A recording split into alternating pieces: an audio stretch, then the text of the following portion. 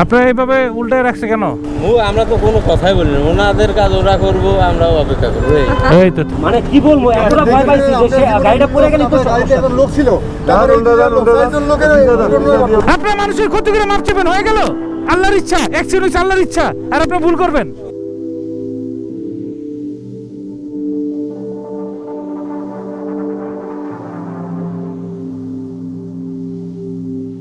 এবং আমার আশেপাশে যতগুলো কবর দেখতে পাচ্ছেন, একদম চতুর্দিকে করোনায় নিহত তাদেরই কবর। আর আমি প্রথমে যখন এখান থেকে আসি তখন মাত্র 2টা রো এখানে যখন কাজ করতাম, 2টা রো ছিল। তারপরে এক সময় দেখতে দেখতে অনেক দূর পর্যন্ত চলে গেল, অনেক মানুষ মারা যাচ্ছে, অনেকে যার যাচ্ছে সেই আসলে বুঝতেছে যে আসলে কতটা হৃদয় বিদারক বিষয়।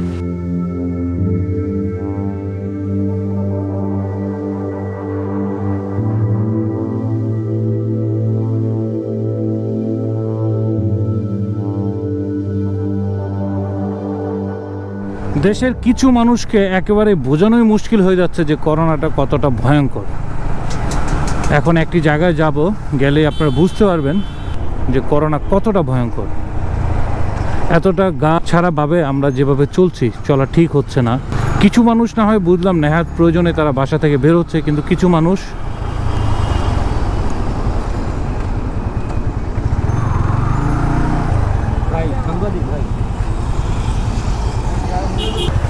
আপনারা এইভাবে উল্টায় রাখছে কেন? খালি রিক্সা দেখে উল্টে যায়। খালি রিক্সা রেখা কতক্ষণ ধরে উল্টায় দাঁড়ায় আছেন? আধা ঘন্টা? তো দিব 1 ঘন্টা পর, 1 ঘন্টা হলে ছেড়ে দিব। আপনারা যাত্রী ছাড়া সহজে মুভ করবেন না, বুঝছেন? আমরা তো কোনো কথাই বলিনি, ওনাদের কাজ ওরা করবো, আমরাও অপেক্ষা করবো। এই তো থাক, বুঝতে পারছি। তবে মাস্কটা মাস্ক দিয়ে রাখেন, হ্যাঁ? ওকে ওকে, যাক, সবাই সবাইকে বুঝতে পারলে হলো। আসলে করোনাটা যত দিন যাচ্ছে ভয়ানক আকারে রূপ নিচ্ছে। গতকালও 101 জন করোনায় মৃত্যুবরণ করেন। তো এই সংখ্যাটা যদি বাড়তে থাকে তাহলে কিন্তু আমরা আসলেই খুব বেকায়দায় পড়ে যাব। কারণ বেশিরভাগ মানুষ কিন্তু মধ্যবিত্ত। তো লকডাউন যদি এভাবে চলতে থাকে, করোনার প্রকোপ যদি কমানো না যায়, সেই ক্ষেত্রে কিন্তু দুরূহ অবস্থায় ভিতরে পড়ে যাবে বাংলাদেশের প্রতিটা মধ্যবিত্ত পরিবার। এখানে সরকারকেও দোষারোপ করা যাচ্ছে না, কারণ এই করোনাটা আসলে এটা যেভাবে বাড়ছে, এটাকে কমানোর জন্য লকডাউনটা জরুরি হয়েছিল। এখন কি করবে, মানে কিভাবে কি সামাল দিবে, সেটাই হচ্ছে বিষয়। খুবই কঠিন অবস্থায় আছে এই বাংলাদেশ। কিচ্ছু করার নেই, সব কিছু মেনে নিয়ে ধৈর্য সহকারে আমাদেরকে ভালো কিছুর জন্য অপেক্ষা করতে হবে।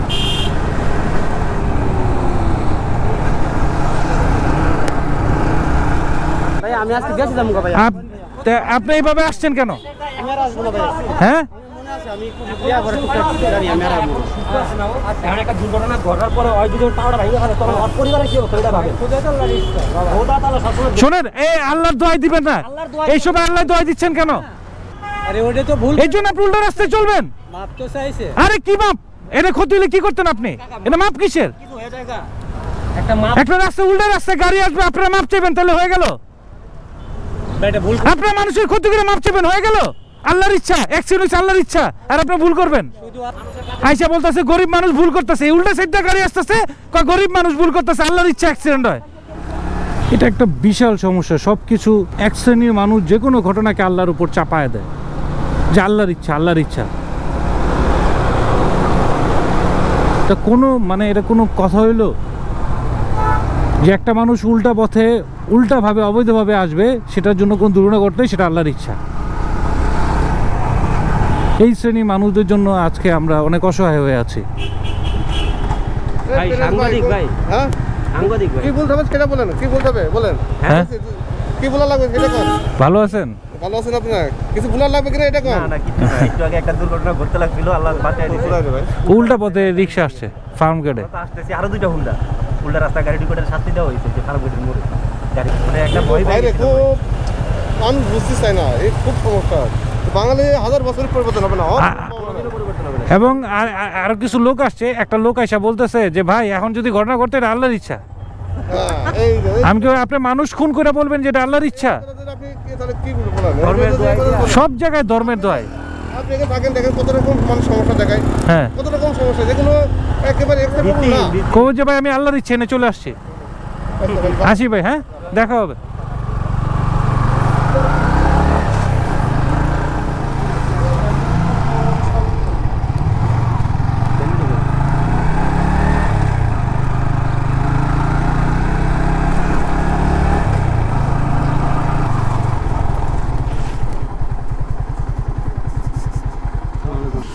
দিস ইজ রাশেদ সুমন ভাই, উনি আছেন ডেইলি স্টার পত্রিকা একজন, মানে কি বলবো, মারাত্মক লেভেলের একজন ফটোগ্রাফার। ওনার কিছু ছবি আমি আপনাদেরকে দেখাবো।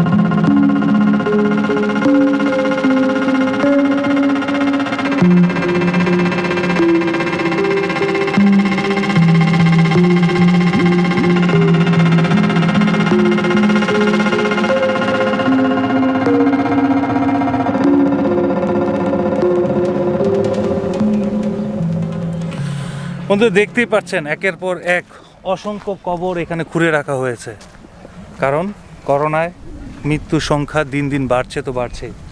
তো এখানে কবর খোঁড়া হয় মেশিন দিয়ে, কারণ মানুষের হাত দিয়ে এত কবর একসাথে খোঁড়া সম্ভব নয়। যে পরিমাণ মানুষ মারা যাচ্ছে এখানে মেশিন ছাড়া মুশকিল হয়ে যাবে। প্রতিদিনই 4 জন 5 জন 6 জন 7 জন 8 জন করে এখানে মানুষের দাফন দেওয়া হচ্ছে।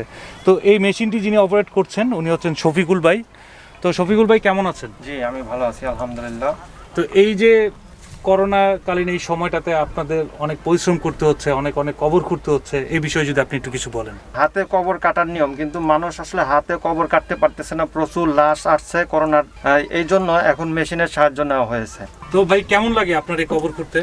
যে কবর খুঁড়তেও মানে ভালো লাগে না, মানুষ তো এখনো সতর্ক হচ্ছে না, প্রচুর মানুষ মারা যাচ্ছে, কিন্তু মানুষের আসলে সতর্ক হওয়া উচিত, মানুষের মাস্ক পরা উচিত, মানুষের ভিতরে না যাওয়া উচিত, মানুষ যেন এইখানে এভাবে মৃত্যু যেন না হয় মানুষের।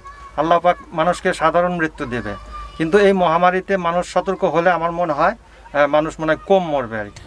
যেখানে মানুষ তার কাজকে ভালোবাসে সেখানে আজ শফিকুল ভাইয়ের মতো এখানে যারা কবর খুঁড়ছেন তারাও আজ এই কাজটাকে ভালোবাসতে পারছেন না, এবং প্রতিদিনই এভাবে মৃত মানুষের সংখ্যা বাড়ছে এবং সেই সাথে ওনাদের কবর খোঁড়াটাও বাড়ছে।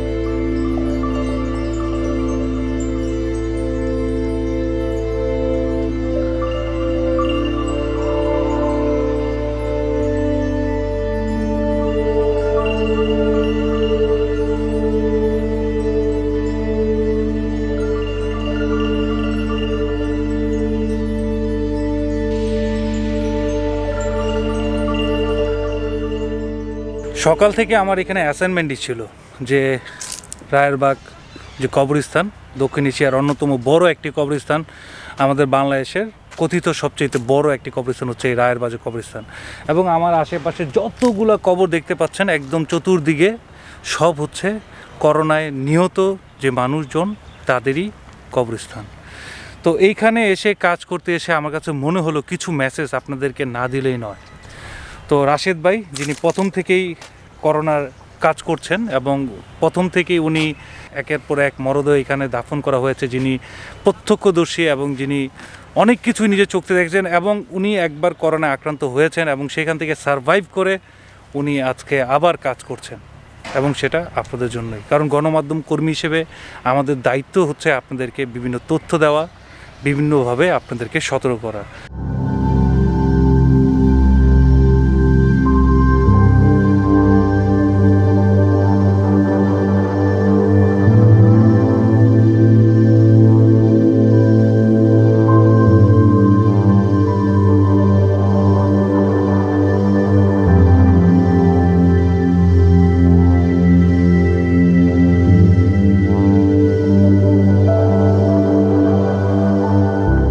তো রাশেদ ভাই, প্রথমে বলবো যে আপনি করোনায় কিভাবে আক্রান্ত হলেন এবং সেটা কিভাবে রিকভারি করলেন? আসলে কাজ করতে যেয়েই আক্রান্তর, যেহেতু মানে আমাদের ফ্রন্ট লাইনার আমরা কাজ করতেই হবে, যেতেই হবে, সেহেতু করোনা এফেক্ট মানে হওয়াটাই স্বাভাবিক। তারপরেও আমাদেরকে সতর্ক থাকতে হবে, মাস্ক পরতে হবে, নিরাপত্তা দূরত্ব অবলম্বন করতে হবে। আসলে এটা তো মানে অজানা শত্রু, তো এটা তো আসলে চোখে দেখা যায় না।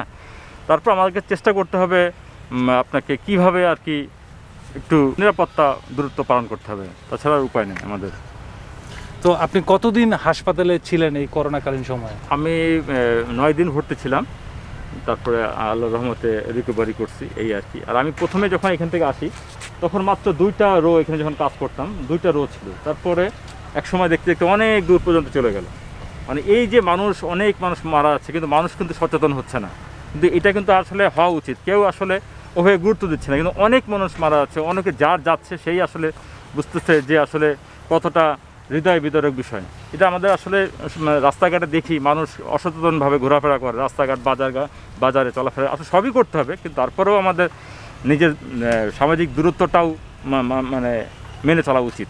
মেসেজ খুব সুন্দরভাবে রাশেদ ভাই দিলেন, যেটা আমারও কথা, সেটা হচ্ছে যে আপনারা আপনাদের অবস্থান থেকে অবশ্যই যতটা সম্ভব নিরাপত্তার সাথে, সতর্কতার সাথে আপনারা আপনাদের প্রয়োজনীয় কাজগুলো করবেন। যতক্ষণ সম্ভব আপনারা বাসায় থাকেন, না পারতে নয় এমন কাজে আপনারা বাসা থেকে বের হন। এখন আমরা সিনিয়র সিটিজেনের প্রতি একটু গুরুত্ব দিবেন, কারণ তারা অনেক সেনসিটিভ, তাদের অনেক এমনি অনেক রোগে তারা আক্রান্ত থাকে। তাদেরকে অনেক চেষ্টা করতে হবে কীভাবে তাদেরকে মানে একটু নিরাপদ রাখা যায়। আমাদের বয়োজ্যেষ্ঠ যারা আছেন, বিশেষ করে আমাদের বাবা মা, তারাই কিন্তু সবচাইতে বেশি মানে দুর্বল হয়ে আছেন, কারণ করোনা তাদেরকে বেশি ইফেক্টেড করে। আসলে তরুণরা তুলনামূলকভাবে অনেক কম আক্রান্ত হচ্ছে, কিন্তু তরুণদের মাধ্যমে কিন্তু এই রোগটা খুব ছড়াচ্ছে। কোনোভাবেই করোনাকে হালকাভাবে নেবেন না, আপনারা গুরুত্ব সহকারে নেবেন এবং অবশ্যই আপনারা একজন আরেকজনের কাছ থেকে নিরাপদ দূরত্ব বজায় রাখবেন। আমাদের দেশটা কিন্তু একটা সামাজিক দেশ। 10 মিলে কাজ করা, 10 মিলে খেলা, বাজারে যাওয়া, গল্প করা, আড্ডা দেওয়া, এটাই ছিল আমাদের জাতি। কিন্তু এখন এই মহাসংকটে আমাদেরকে সব কিছু মেনে নিতে হবে। এই তো কিছুদিন যদি আমরা এই সংক্রামকটাকে রুখতে পারি, অ্যাটলিস্ট 14 দিন, তাহলেই কিন্তু আমরা করোনা থেকে নিরাপদ থাকতে পারবো। যদিও এটা খুব কষ্টের, যদিও এটা খুব মুশকিল, সরকার চেষ্টা করছে। এখন সবাইকে সবার জায়গা থেকে সাপোর্ট দিতে হবে। কে কোন দল করছে, কে কোন সংগঠন করছে সেটা দেখলে আমাদের হবে না। আমাদেরকে আমাদের অবস্থান থেকে অবশ্যই নিরাপদ দূরত্ব বজায় রেখে চলতে হবে। একটা সময় আসবে আমরা আবার এগিয়ে যেতে পারবো, আবার আমরা আমাদের স্বাধীন দেশে স্বাধীন মতো বাঁচতে পারবো। বন্ধুরা, এখনও যারা আমার চ্যানেলকে সাবস্ক্রাইব করেনি, এখনই সাবস্ক্রাইব করে ফেলুন এবং পাশে থাকা বেল বাটনটি প্রেস করুন। সবাইকে হৃদয়ের অন্তঃস্থল থেকে জানাই স্যালুট।